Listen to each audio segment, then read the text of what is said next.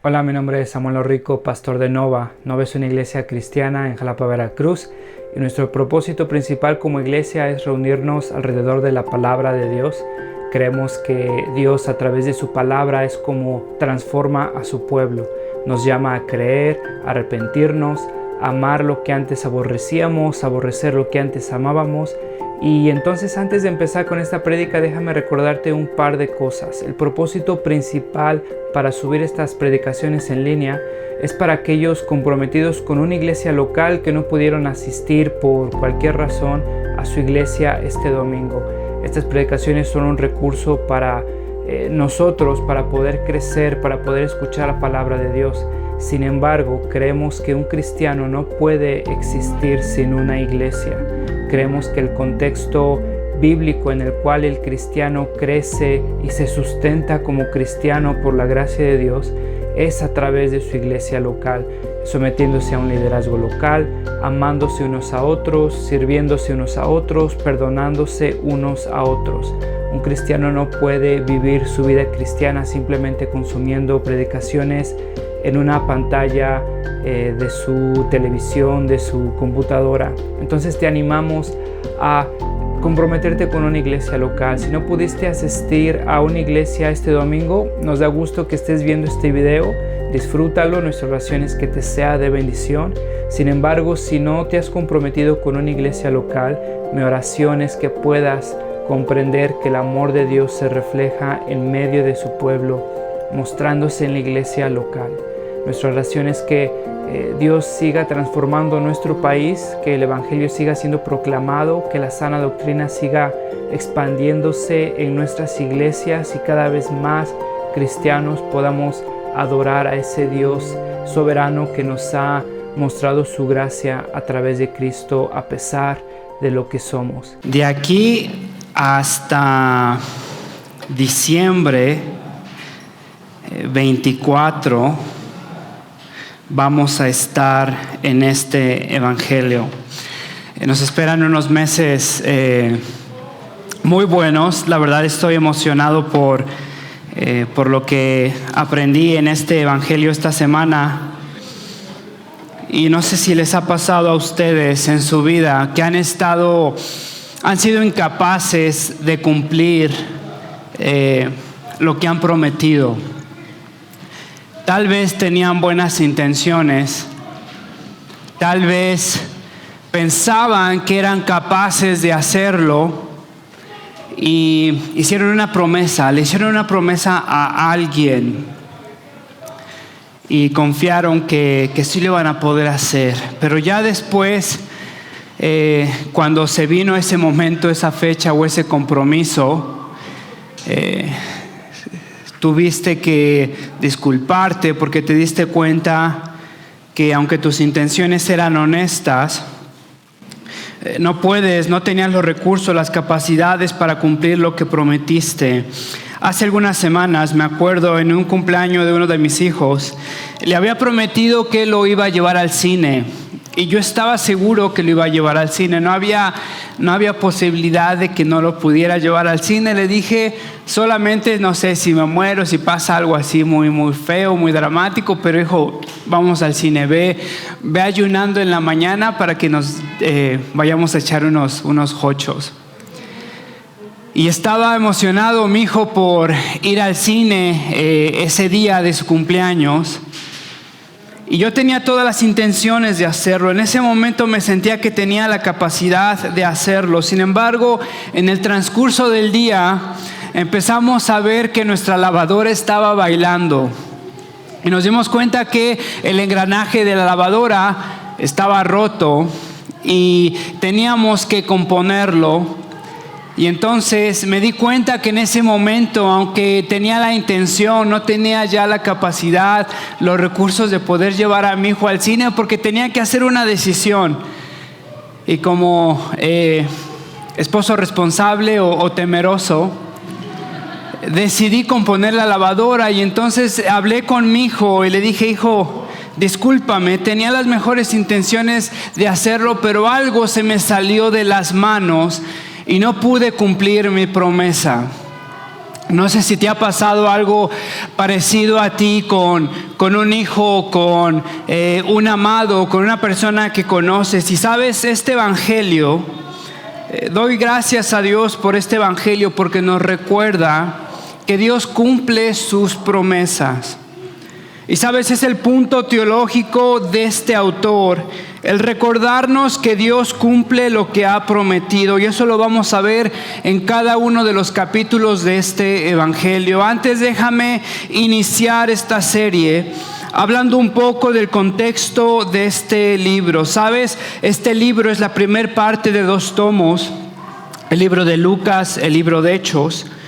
En el libro de Hechos sabemos que es el mismo autor porque hace referencia a Lucas. Estimado Teófilo, en mi primer libro, que es Lucas, me refería a todo lo que Jesús comenzó a hacer y enseñar hasta el día en que fue llevado al cielo. Este autor habla desde cómo empezó a surgir el evangelio y cómo Dios empezó a mover a su pueblo, a rescatarlos.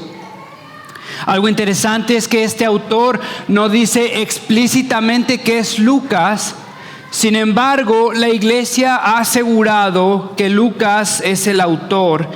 Y lo ha asegurado porque hay varias señales que nos dejan ver que Lucas es el autor. Por ejemplo, está ausente en la mayoría de los eventos narrados. Lucas escribe como un testigo que ve desde afuera algo que le están contando. Pero en ese momento Lucas está ausente de esos eventos. Sin embargo, está presente en los eventos de Hechos. Este autor que escribió este libro es conocido por Pablo y los discípulos. Fíjate, ve conmigo ahí versículo 1 y 2 de Lucas. Muchos han intentado hacer un relato de las cosas que se han cumplido entre nosotros, tal y como nos las transmitieron. Está hablando de aquellas personas que conocía a los apóstoles, tal y como nos la transmitieron los que desde el principio fueron testigos presenciales y servidores de la palabra. Está hablando de Mateo, está hablando de Marcos. Este autor, Lucas, fue convertido, fue llevado al cristianismo por el ministerio de los apóstoles. En Colosenses, Pablo hace referencia a él como el médico amado. Los padres de la iglesia, que son los discípulos de los discípulos, Juan, Pedro, hicieron discípulos y esos discípulos se les conocen como los padres de la iglesia, la segunda, la tercera generación de cristianos. Todos ellos aseguran conocer y afirmar la autoría de Lucas. Lucas se sabe que es el doctor, es un médico. Colosenses 4:14, es un gentil, tiene un nombre gentil. Tiene un manejo de griego excelente. Es uno de los mejores griegos que vas a encontrar en el Nuevo Testamento. Lucas y Hechos son los libros más largos que hay en el Nuevo Testamento. Y algo interesante, son simétricos. Tienen casi las mismas palabras o el mismo número de letras, de palabras en griego. Lucas era bastante educado.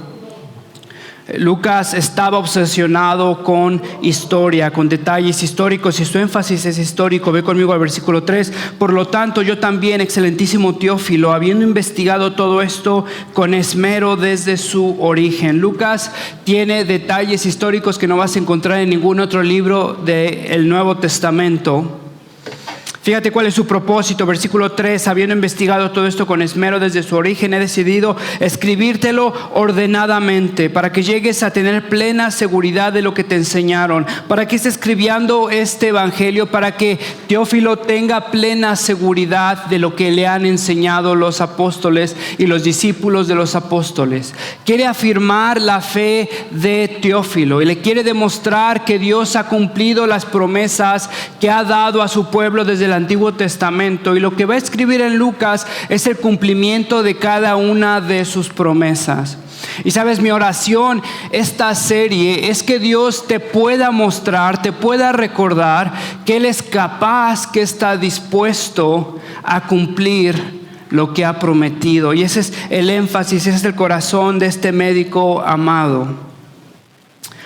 Ahora quiero que veas a quién le escribe. Dice excelentísimo Teófilo. Se piensa que pertenecía a la corte del emperador, tiene un título formal, excelentísimo. Es interesante que Teófilo significa amigo de Dios. Ahora, muchos autores han entonces comentado que si bien Teófilo existía en la historia, era un personaje histórico, es interesante cómo Teófilo puede ser cualquiera de nosotros que amamos, que somos amigos de Dios.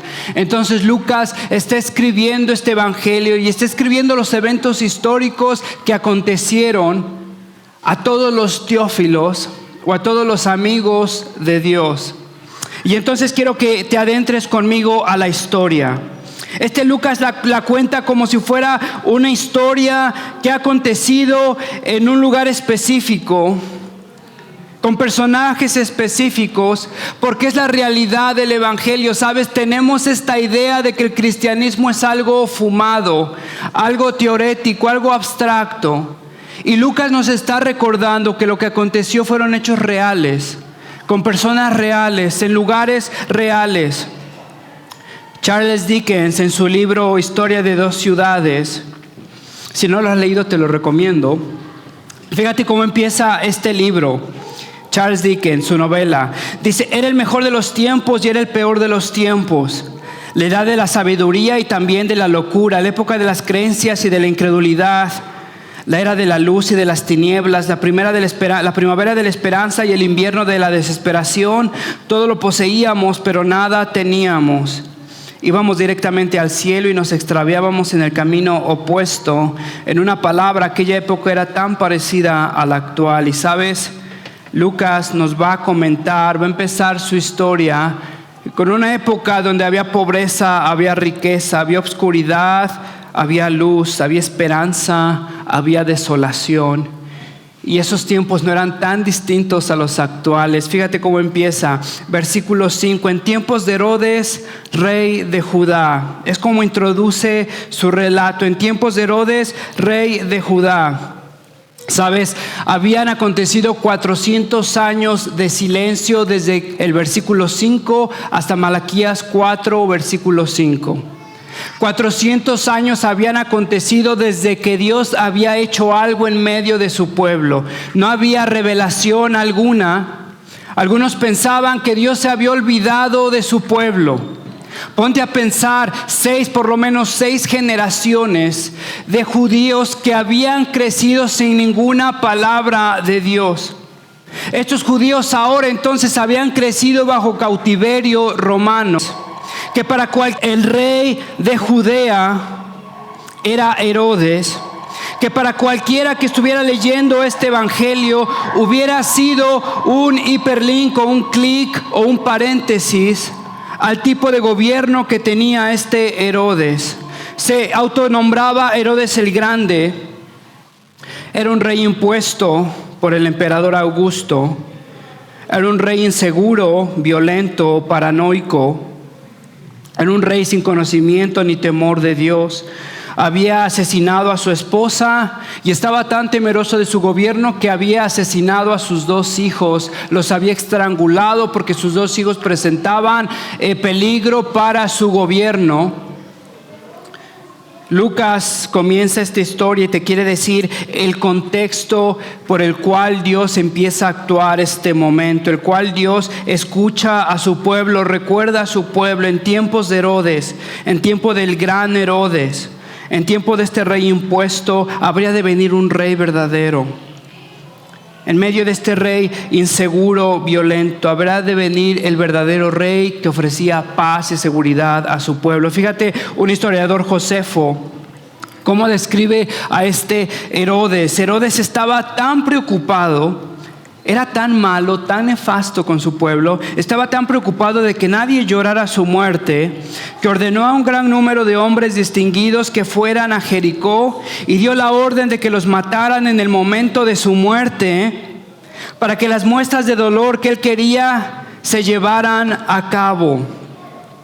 Josefo es un historiador contemporáneo a estos eventos y escribe acerca de este rey tan inseguro y tan odiado, que sabía que nadie iba a llorar su muerte, así que asesina a personas queridas por el pueblo para asegurarse que se derramaran lágrimas en su entierro. Augusto, fíjate, el emperador que había puesto a este Herodes en el trono. dice de Herodes: es mejor ser el cerdo de Herodes que uno de sus hijos. Herodes supuestamente era judío, no comía cerdo. Entonces Augusto, de una forma cruda, aseguraba que sería mejor ser un cerdo en el reino de Herodes, porque por lo menos no iba a ser estrangulado como sus dos hijos fueron estrangulados. Su esposa fue asesinada por las manos de este rey. Y date cuenta que son tiempos difíciles para los judíos, son tiempos de desolación. 400 años no habían escuchado de su Dios. Dios les había prometido que los iba a redimir. Y te acuerdas la oración de Salomón cuando instituyó el templo. Salomón había orado y había dicho: Señor, aún en tiempo de exilio, no te olvides de tus promesas. Rescátanos desde donde sea que nos encuentres, que nos hayas llevado. Por amor a tu nombre y por el recuerdo de tus promesas, tráenos una vez más a la tierra que nos has prometido. Y ahora el pueblo de Dios está siendo oprimido, está siendo esclavizado por un rey impuesto, que no es el rey que Dios había prometido. Eran tiempos difíciles para los judíos, donde seguramente en medio de tanto abuso, de tanta inseguridad, se preguntaban: ¿dónde está Dios? ¿Será que Dios se acordará de lo que nos prometió? ¿Será que Dios es bueno y justo? ¿Será que Dios no es capaz de cumplir lo que prometió?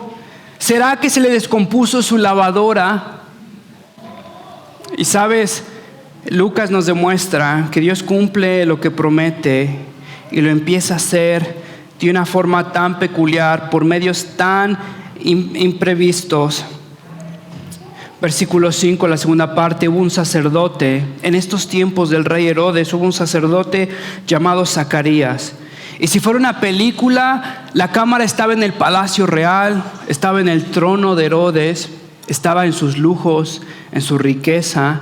Y ahora la cámara, la escena cambia a una choza muy humilde, a un pueblo en las montañas, con un hombre bastante humilde. Hubo un sacerdote llamado Zacarías, miembro del grupo de Abías. Era un sacerdote del grupo de Abías. Si vas después a Crónicas, te darás cuenta que hay 24 grupos de sacerdotes. En cada grupo había 700 sacerdotes. De esos 24 había 700 sacerdotes. Entonces había 18,000 sacerdotes que ministraban durante el año en el templo de Dios. Estos sacerdotes se turnaban, cada año servían una semana. Y entonces nos está diciendo que este Zacarías, miembro de Abdías, del grupo de Abías, era su turno entonces servir. ¿Sabe lo que significa Zacarías? Significa: Dios recordó de nuevo. No te pierdas esto. Lucas nos está avisando que Dios está actuando en su pueblo en estos tiempos. Herodes está reinando, está oprimiendo al pueblo que Dios le había prometido libertad, descanso. Y en este tiempo había un sacerdote llamado Dios se acordó de nuevo. Y sabes, cuando leo esto, recuerdo en Éxodo. ¿Te acuerdas que vimos que en Éxodo, cuando estaba el pueblo de Dios oprimido, Dios oyó, versículo 24, capítulo 2, Dios oyó su gemido y se acordó de su pacto con Abraham, Isaac y Jacob? Dios miró a los israelitas y los tuvo en cuenta. Dios cumple sus promesas. En tiempos de Herodes hubo un hombre que se llamaba Dios se acordó de nuevo. Su esposa Elizabeth también era descendiente de Aarón. Ambos eran rectos, intachables delante de Dios. Obedecían todos los mandamientos y preceptos del Señor.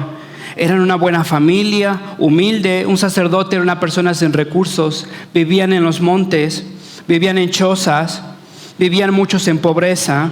Olvídate de los tiempos cuando el pueblo tenía separado recursos para los sacerdotes, como Dios lo había dicho en Levítico. Eran tiempos diferentes, donde el pueblo de Dios se había abandonado de la ley de Dios, donde había un rey que demandaba tributos y demandaba adoración. Los sacerdotes entonces estaban viviendo en chozas, en montes. Se nos dice que es una buena familia. Su esposa Elizabeth también era descendiente de Aarón, eran levitas. Ambos eran rectos, intachables delante de Dios y obedecían todos los mandamientos y preceptos del Señor. Fíjate cómo Lucas nos está describiendo su carácter. Eran intachables y rectos. ¿Por qué? Porque obedecían todos los mandamientos y preceptos del Señor. No que Lucas se está olvidando que todos somos pecadores. Lucas no está diciendo que esta Elizabeth y Zacarías eran inmaculados, eran santos. Está reconociendo que en medio de su pobreza espiritual, la gracia que Dios les había dado los había movido a obedecer y amar a Dios. Y sabes, esto es me anima tanto leer esto, porque muchas veces en nuestra iglesia hacemos tanto énfasis a nuestra ineptitud cristiana, ¿no es cierto? Y siempre decimos que Dios nos ama a pesar de lo que somos, y amén, porque Dios nos ama a pesar de lo que somos. Pero sabes, Lucas me está demostrando esta mañana, me está recordando que esta Elizabeth y Zacarías eran rectos delante de Dios porque obedecían la ley de Dios. Porque eran pecadores de nacimiento, como David lo había dicho. Pero la gracia que Dios les había mostrado los había transformado lentamente para obedecer a Dios, no por obligación, no por religiosidad, porque amaban a ese Dios. Eran pecadores como todos nosotros, sin embargo, obedecían y amaban a Dios. Y sabes, muchas veces decimos que Dios obra a pesar de nosotros. Y Lucas me está enseñando esta mañana que también obra a través de nosotros. Porque sabes, nos quedamos estancados en esa idea de que soy pecador, mi ineptitud espiritual, y no me esfuerzo o no amo a Dios porque soy pecador y Dios me ama y Dios me perdona. Pero sabes, Lucas me está mostrando esta mañana que esa gracia que le demostró al pueblo de Dios, había dos personas que se habían aferrado a esa gracia y obedecían a Dios y eran rectos, intachables delante de Dios porque obedecían su ley, creían en Dios y lo amaban. Dios no estaba obrando a pesar de ellos, Dios estaba obrando a través de ellos. Versículo 7, pero no tenían hijos. Eran de buena familia, eran rectos, intachables, pero no tenían hijos porque Elizabeth era estéril y los dos eran de edad avanzada. Sabes, esta Elizabeth está entre Sara, Rebeca, Raquel, Ana. ¿Te acuerdas? Ana y Penina. Ana, una mujer recta, que Dios no le había concedido tener hijos, y lloraba y no comía y vivía en amargura. Y déjame recordarte lo difícil que era para una mujer no poder tener hijos en este momento. No solamente significaba que estaban condenadas a la pobreza, porque no tenían hijos que trabajaran por la familia, que agarraran el negocio del papá, que se esforzaran en el campo. No solamente eso, sino que se les veía como un peso en el pueblo, porque no prestaban mano de obra para el ejército, para las batallas, para la ciudad. No tenían una contribución civil. Se les decía que no hacían su parte por el país de Dios. Cuando se les veía a estas mujeres estériles como un rechazo de Dios. Cuando veías una mujer estéril en el pueblo de Dios, se pensaba que Dios las había rechazado. Que tal vez había un pecado oculto en el corazón de estas mujeres y por eso Dios les había impedido tener hijos. Esa es la situación en la que Elizabeth y Zacarías viven. Y sabes, en este tiempo la gente tenía la teología de Elifaz.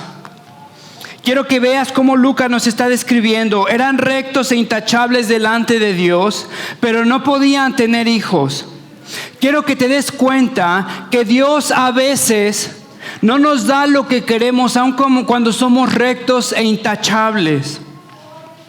Pero muchos en este pueblo, en esta ciudad, tenían la teología de Elifaz. ¿Te acuerdas cuando Job está en desolación y su amigo Elifaz en el versículo 7, capítulo 4, le dice: recuerda ahora, Job, ¿quién siendo inocente ha perecido jamás? ¿O dónde han sido destruidos los rectos? Y sabes, son este tipo de personas que leen, por ejemplo, los proverbios y los toman como promesas inquebrantables para el cristiano. No sé si eres uno de ellos, no sé si has platicado con uno de ellos, pero sabes, no son mejores que Elifaz. Porque cuando una persona está quebrantada y está pasando por un dolor, no somos capaces de administrar gracia, sino los cargamos con más condenación. Y de seguro hiciste algo, y chance te enfermaste porque estás en pecado, y chance no puedes tener hijos porque, híjole, hay que arrepentirse.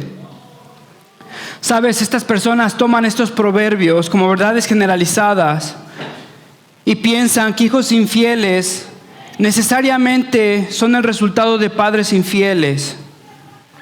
Piensan que la prosperidad es resultado inequivocable de un trabajo duro. ¿Has conocido un holgazán rico? Yo he conocido muchos. Y sabes, pensamos que las riquezas que tenemos son porque trabajamos mucho.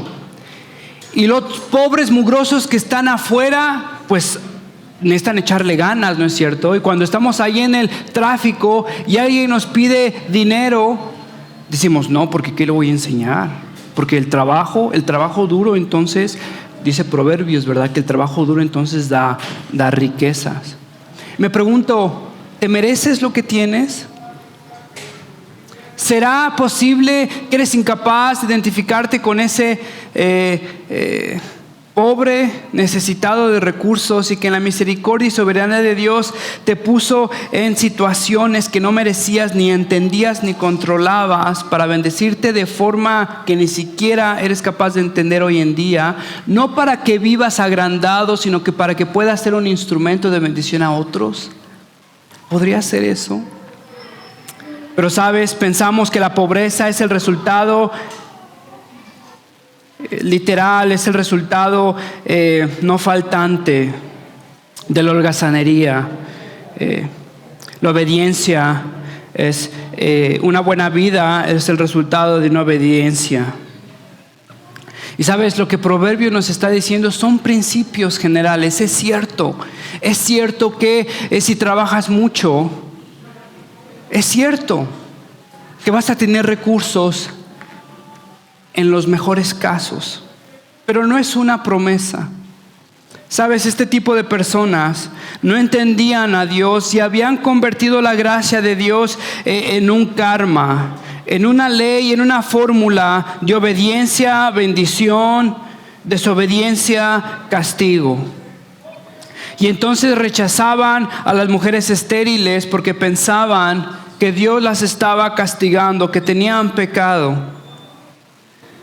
Sin embargo, Job reconoce que no sabe nada de la bondad y el plan de Dios porque no estuvo ahí cuando Dios puso los fundamentos. Juan capítulo 9 versículo 3, ¿te acuerdas cuando le preguntan, y este cuate que nació ciego, por qué nació ciego? ¿Por el pecado de la mamá o el pecado del papá? Ni este pecó ni sus padres, dijo Jesús, sino que está ciego para que las obras de Dios se manifiesten en él. Y sabes, Lucas es un ejemplo de eso.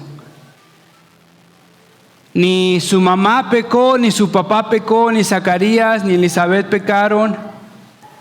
Dios la hizo estéril para que las obras de Dios se manifiesten en ellos. Y sabes, déjame preguntarte, ¿tienes dificultades en tu vida? ¿Tienes dolor en tu vida? ¿Tienes frustración en tu vida? ¿En la vida de un amado? ¿Ves a una persona, a uno de tus amigos, tal vez que es una persona bien justa? Es una persona que ama a Dios. Es una persona que es más recta que tú o que todos nosotros juntos. Y sabes, muchos de nosotros tenemos la tentación de crecer frustrados porque no entendemos cómo esta persona justa, cómo esta persona esforzada, sufre tanto. Y llegamos a pensar, no es justo, ¿dónde está la bondad de Dios? Y déjame preguntarte, si Dios está trabajando, y si no entiendes nada de la bondad ni del carácter de Dios porque no estuviste ahí cuando puso los fundamentos de la tierra, ¿Y qué si Dios lo hizo ciego para mostrar su gracia y su bondad en la vida de esta persona? Y Lucas nos va a mostrar que Dios está a punto de trabajar en todo un pueblo a través de esta mujer quebrantada. Versículo 8, un día en que Zacarías, por haber llegado el turno de su grupo, oficiaba como sacerdote delante de Dios. Date cuenta de esto, Dios está a punto de actuar en la vida de todo un pueblo, está a punto de asombrar a Zacarías, y quiero que te des cuenta de la mundanalidad de este día. Quiero que te des cuenta de la normalidad de la vida de Zacarías. Quiero que te des cuenta que Dios nos encuentra en lo normal y en lo mundano de nuestros días. Quiero que te des cuenta en mi oración, hermano, que Dios nos encuentra mientras hacemos lo que debemos de hacer un lunes, un martes, un miércoles, lo que Dios nos ha llamado a hacer en la mundanalidad de nuestra vida.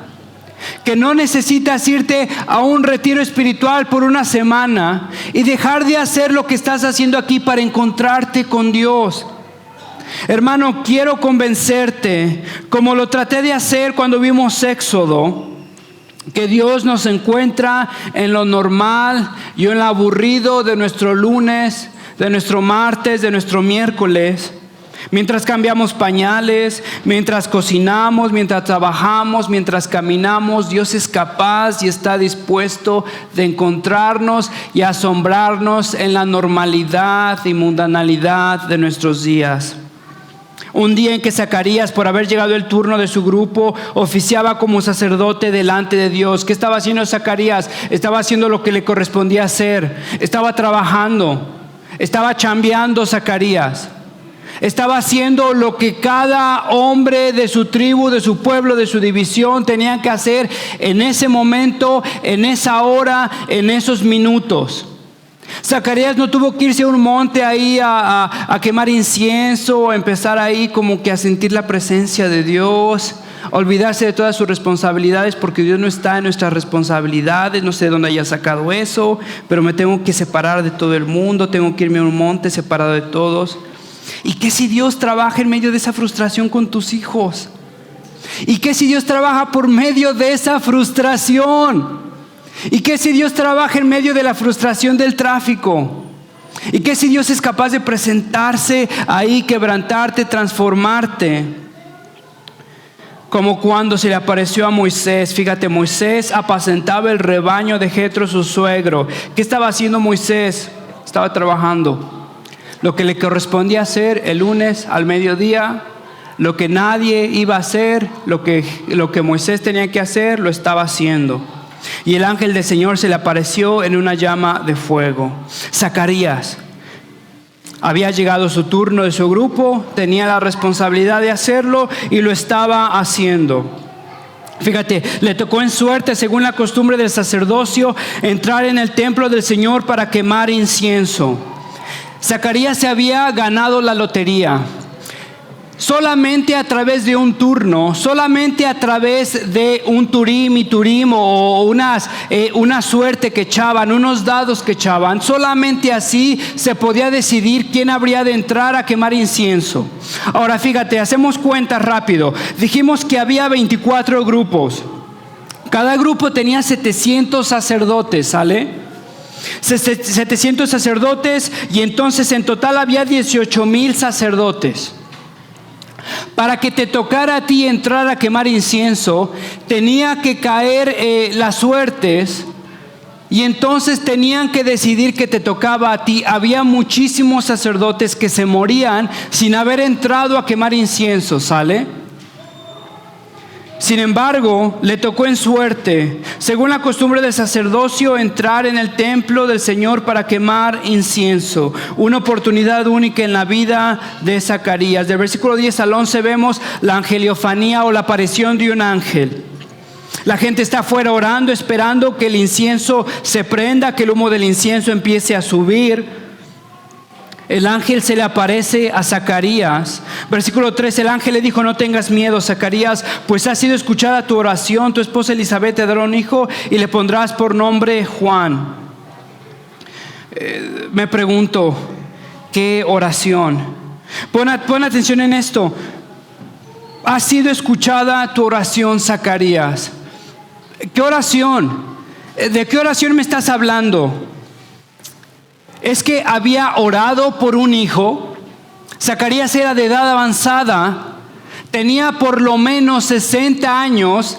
Todos están de acuerdo que estaba ahí por más de casi los 70 años. Era de edad avanzada, su mujer era de edad avanzada. Ahora el ángel se le aparece para decirle que había respondido su oración. Entonces la pregunta es, ¿qué oración? ¿La oración de un hijo? ¿Todavía Zacarías seguía orando por un hijo? O muy probablemente a esa edad ya se había resignado. ¿Qué oración me estás hablando?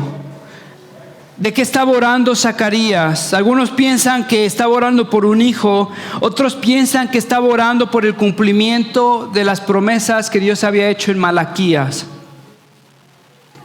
¿Te acuerdas Malaquías 4, versículo 5? El último versículo de Malaquías en el último libro del Antiguo Testamento, antes de 400 años de silencio. Estoy por enviarles el profeta Elías antes de que llegue el día del Señor, un día grande y terrible. Él hará que los padres se reconcilien con sus hijos y los hijos con sus padres. Así no vendré, haré la tierra con destrucción total. ¿Qué será? ¿Será que estaba orando por su hijo o será que estaba orando por la redención de Israel? ¿Y qué si Dios es capaz de responder ambas oraciones? ¿Sabes? Lucas nos está demostrando que Dios responde a nuestras oraciones. Sí, a veces nos responde todo. Alta responde a nuestras oraciones. A veces nos responde sí, a veces nos responde todavía no, a veces nos responde no. Y confiemos en Dios, en un Dios misericordioso, en un Dios bondadoso. Fíjate, no tengas miedo, Zacarías, pues ha sido escuchada tu oración. Tu esposa Elizabeth te dará un hijo y le pondrás por nombre Juan. ¿Sabes qué significa Juan? Juan significa Dios ha sido bondadoso. Zacarías está recordando todo lo que había orado, todo lo que había esperado durante su vida. Dios estaba a punto de trabajar en su corazón, en su familia, en todo un pueblo, porque Dios ha sido bondadoso. Porque Dios es capaz de responder nuestras oraciones, porque Dios ha sido bondadoso. Y a veces responde sí a nuestras oraciones, porque Dios es bondadoso. Y a veces responde todavía no a nuestras oraciones, porque Dios es bondadoso. Y si tienes que esperar 60 años, Dios te va a hacer esperar porque Dios es bondadoso. ¿Sabes? A veces nos responde no a nuestras oraciones. Y nos responde no a nuestras oraciones porque Dios es bondadoso. Y porque Dios es bondadoso, recuerda lo que ha prometido, escucha nuestras oraciones y responde a cada una de nuestras oraciones. Me pregunto, ¿y si Juan hubiera nacido después o antes? ¿Y si Dios no tuvo que hacer esperar a Zacarías 60 años? Pero Dios sabe lo que hace en este momento, en el cumplimiento de la época, en el cumplimiento de los tiempos. Dios nos ha dado un Mesías. ¿Te acuerdas lo que Pablo dice? Y entonces Dios cumple sus promesas. Y quiero que veas conmigo entonces este punto del cual he estado hablando. Dios cumple sus promesas de redención.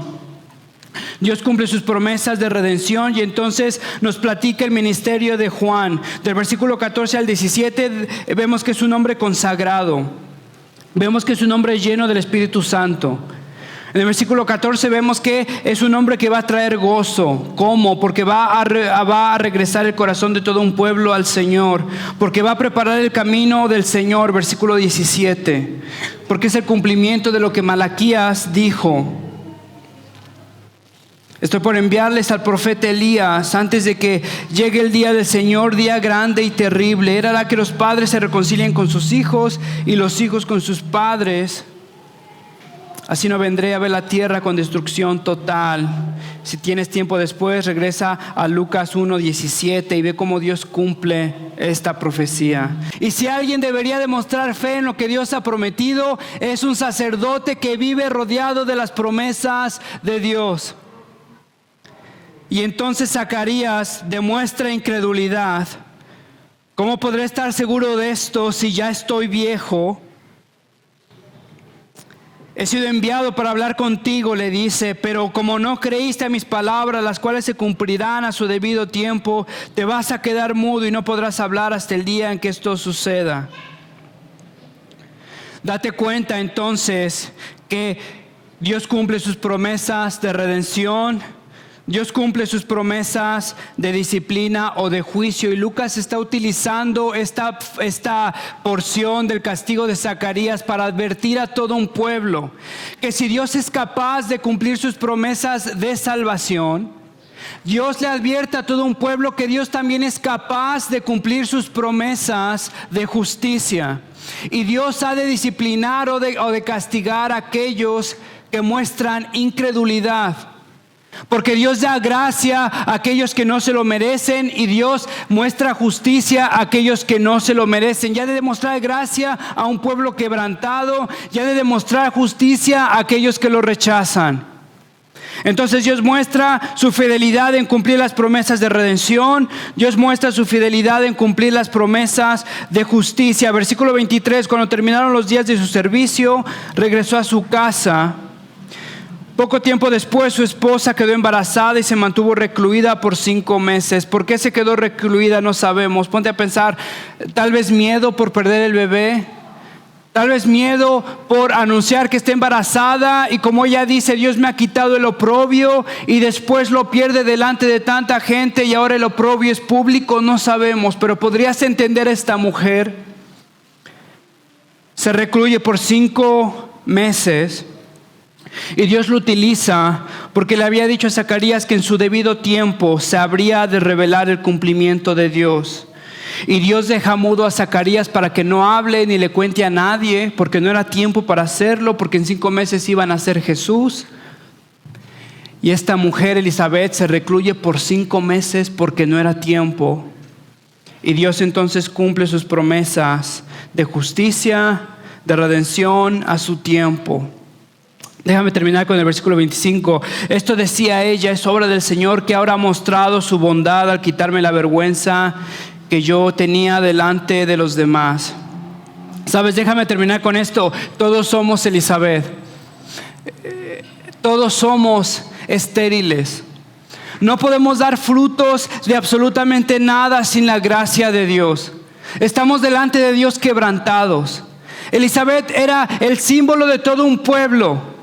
Estéril espiritualmente, quebrantados, abandonados, cargando el oprobio delante de los demás. Y ahora Dios iba a actuar por medio de esta mujer, por medio de este hombre, humildes, quebrantados, estériles, como Dios ha de actuar en su pueblo, como Dios ha de actuar en cada uno de nosotros, porque Dios cumple lo que promete. Dios cumple su promesa de redención y Dios cumple su promesa de juicio. Ahora déjame terminar con esto. ¿Qué es lo que Dios te ha prometido a ti? Sabes, te cuento una historia. Cuando estaba ya a punto de graduarme de la maestría en el seminario, me acuerdo que llegó un amigo mío. Este amigo venía de una iglesia diferente a donde yo estaba, pero había venido este amigo y con buenas intenciones. Recuerdo que me puso las manos en mis hombros, cerró los ojos y me dijo: Dios te ha prometido riquezas, éxito, y serás conocido por todo el mundo y predicarás a multitudes de naciones. Eso es lo que me dijo. Y sabes, reconozco que yo tal vez muestro un poco de cinismo, un poco de incredulidad en eso. Dios está actuando en mi corazón, pero yo en ese momento no sabía ni qué decir. Y sabes, te confieso que no he vivido aferrándome a esas promesas. Ni me acuerdo de lo que mi amigo me dijo. ¿Sabes por qué? Porque soy muy sospechoso de las promesas que algunos se inventan o que algunos inventan para los demás. Si el día de mañana o si el día de hoy Dios no me ha dado multitudes, ni me ha hecho famoso por todo el mundo, imagínate la frustración en la que estaría viviendo. Imagínate si cada día me levanto para aferrarme a las promesas que este amigo me dijo. Ahora este amigo no sé por qué me lo dijo. No sé si se confundió de persona. No sé si se emocionó demasiado. No sé si me lo quería decir como esperanza, pero me lo dijo como una declaración. Pero sabes, te hago esta pregunta: ¿qué es lo que Dios te ha prometido? Porque Dios cumple lo que promete. Pero Dios no cumple lo que te has prometido, ni lo que alguien más te ha prometido. ¿Qué es lo que Dios cumple en su palabra y en el Evangelio? Sabes, tan frustrante mi corazón que muchas veces me olvido que soy perdonado porque Dios lo ha prometido. Y estoy tentado a aferrarme a promesas que yo mismo me he hecho o que escucho en otros lugares. Soy más pronto a creer promesas que no están en la palabra de Dios. Y sabes, en este libro vamos a ver que Dios cumple lo que promete. Y para esto necesitas saber, cristiano, qué es lo que Dios promete. Porque no es lo que te has prometido a ti mismo. No es lo que alguien más te ha prometido. Nuestras promesas son erróneas muchas veces. Son incapaces de afrontar las pruebas. Sabes, le he prometido tantas cosas a mis hijos y soy incapaz de cumplirlas, pero gracias a Dios que Él cumple lo que promete. No lo que te has prometido a ti. No lo que piensas prometerte a ti, ni lo que piensas que alguien te prometió, que Dios te prometió por medio de otra persona. No, hermano. Averigua en las Escrituras, en el Evangelio, qué es lo que Dios nos ha prometido. Y Dios le ha prometido a su pueblo rescatarlos, perdonarlos, santificarlos, restaurarlos. Y Dios lo ha de cumplir.